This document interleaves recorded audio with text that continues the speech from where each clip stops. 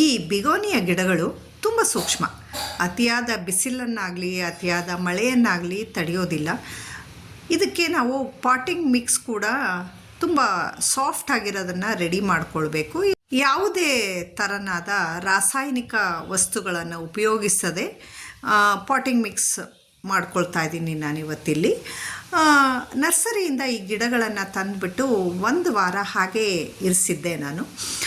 ಬದಲಾದ ವಾತಾವರಣ ಮತ್ತು ನಮ್ಮ ಮನೆ ಹತ್ರ ಇರೋ ವಾತಾವರಣಕ್ಕೆ ಆ ಗಿಡಗಳು ಹೊಂದ್ಕೊಳ್ಳೋದಕ್ಕೆ ಬಿಡಬೇಕು.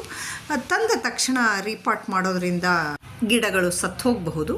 ಪಾಟಿನ ಡ್ರೈನೇಜ್ ಹೋಲಲ್ಲಿ ನೀರು ಸರಾಗವಾಗಿ ಹರಿದು ಹೋಗೋ ಥರ ನಾವು ರೆಡಿ ಮಾಡಿಕೊಳ್ಬೇಕು. ಇಲ್ಲ ಅಂದರೆ ಮಣ್ಣು ನೀರನ್ನು ಹಿಡಿದಿಟ್ಟಿದ್ರೆ ಈ ಗಿಡಗಳು ಕೊಳ್ತು ಹೋಗುತ್ತೆ. ನಾನು ಒಡೆದೋಗಿರೋ ಪಾಟಿನ ಚೂರುಗಳನ್ನು ಪಾಟಿನ ತಳಭಾಗಕ್ಕೆ ಹಾಕ್ಕೊಳ್ತಾ ಇದ್ದೀನಿ. ಹಾಗೆ ಡ್ರೈನೇಜ್ ಹೋಲ್ಗೆ ಸ್ವಲ್ಪ ಬೆಂಡಾಗಿರುವಂಥ ಪೀಸ್ ಇಡ್ತಾ ಇದ್ದೀನಿ, ನೀರು ಸರಾಗವಾಗಿ ಹೋಗೋ ಥರ. ನಂತರ ಅಲ್ಲಿಗೆ ನಾನು ಮರಳು 1 ಅಥವಾ 2 ಬೌಲಷ್ಟು ಮರಳನ್ನು ಹಾಕ್ಕೊಳ್ತಾ ಇದ್ದೀನಿ. ತಳದಲ್ಲಿ ಪಾಟ್ ಚೂರುಗಳು ಮತ್ತು ಮರಳು ಹಾಕೋದ್ರಿಂದ ನೀರು ಬೇಗ ಡ್ರೈನ್ ಆಗತ್ತೆ. ಮಣ್ಣು ಮತ್ತು ಕಾಂಪೋಸ್ಟನ್ನು ಮಿಕ್ಸ್ ಮಾಡ್ತಾ ಇದ್ದೀನಿ ನಾನಿವಾಗ. ಮಣ್ಣು ಅತಿಯಾಗಿ ಸ್ಟಿಕ್ಕಿಯಾಗಿ ಇರಬಾರ್ದು. ಹಾಗೆ ಕಾಂಪೋಸ್ಟ್ ನಾನು ಮನೆಯಲ್ಲೇ ಕಿಚನ್ ವೇಸ್ಟಿಂದ ಮಾಡ್ಕೊಂಡಿದ್ದೀನಿ. ಇದನ್ನು ಕೌಡಂಗ್ ಕಾಂಪೋಸ್ಟ್ ಅಥವಾ ವರ್ಮಿ ಕಾಂಪೋಸ್ಟ್ ಯಾವುದಾದ್ರೂ ತಗೊಳ್ಬಹುದು. ಮಣ್ಣು ಹಗುರವಾಗಿ ಇರಲಿ, ಹಾಗೆ ನೀರನ್ನು ಹಿಡಿದಿಟ್ಕೊಳ್ಳದೆ ಇರಲಿ ಅಂತ ಹೇಳಿಬಿಟ್ಟು ನಾನಿವಾಗ ಮರಳು ಮಿಕ್ಸ್ ಮಾಡ್ತಾ ಇದ್ದೀನಿ. ಸ್ವಲ್ಪ ಮರಳನ್ನ ಮಿಕ್ಸ್ ಮಾಡಬೇಕು, ತುಂಬ ಜಾಸ್ತಿನೂ ಆಗಬಾರ್ದು. ಮತ್ತು 1 ಟೀ ಸ್ಪೂನಷ್ಟು ಅರಿಶಿಣದ ಪುಡಿಯನ್ನು ನಾನು ಇಲ್ಲಿ ಸೇರಿಸ್ಕೊಳ್ತಾ ಇದ್ದೀನಿ. ಅರಿಶಿಣ ಪುಡಿ ಸೇರಿಸೋದ್ರಿಂದ ಫಂಗಸ್ ಬರೋದಿಲ್ಲ. ಅಥವಾ ನಾವಿಲ್ಲಿ ಫಂಗಿಸೈಡ್ ಕೂಡ ಯೂಸ್ ಮಾಡ್ಬೋದು. ಹಾಗೆ 1 ಚಮಚದಷ್ಟು ಎಪ್ಸಮ್ ಸಾಲ್ಟ್ ಅಥವಾ ಮೆಗ್ನೀಷಿಯಮ್ ಸಲ್ಫೇಟ್ ಅಂತ ಹೇಳ್ತೀವಲ್ಲ, ಅದನ್ನು ಸೇರಿಸ್ಕೊಳ್ತಾ ಇದ್ದೀನಿ. ಇದು ತುಂಬ ಮುಖ್ಯ.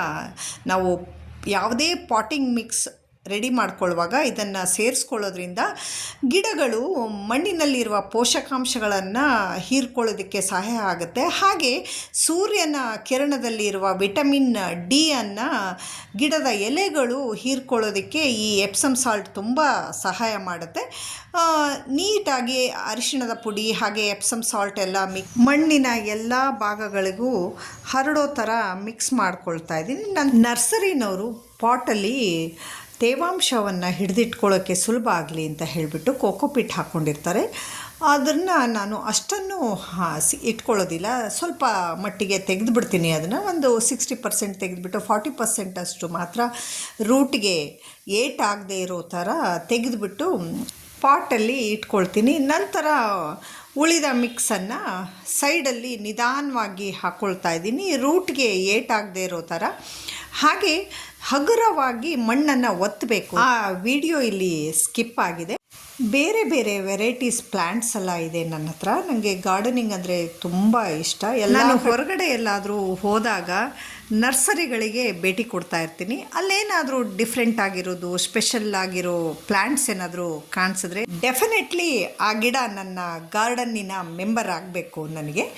ಹಾಗೆ ಇವಾಗ ಪಾಟ್ಗಳಿಗೆ ನೀರನ್ನು ಹಾಕ್ಕೊಳ್ತಾ ಇದ್ದೀನಿ. ನೀರು ಈಸಿಯಾಗಿ ಡ್ರೈನ್ ಆಗ್ತಿದೆಯಾ ಡ್ರೈನೇಜ್ ಹೋಲಿಂದ ಅಂತ ಹೇಳಿಬಿಟ್ಟು ಚೆಕ್ ಮಾಡ್ಕೋಬೇಕು. ಥರ ಅತಿಯಾದ ಬಿಸಿಲು ಮಳೆ ಬರದೇ ಇರೋವಂಥ ಜಾಗದಲ್ಲಿ 1 ವಾರ ಇದನ್ನು ತೆಗೆದಿಟ್ಕೊಂಡ್ಬಿಟ್ಟು ನಂತರ ನಿಮಗೆ ಎಲ್ಲಿ ಬೇಕು ಈ ಗಿಡ ಅಲ್ಲಿ ಇಟ್ಬಿಟ್ಟು ನಿಮ್ಮ ಮನೆಯನ್ನು ಅಲಂಕಾರ ಮಾಡ್ಕೊಳ್ಳಿ.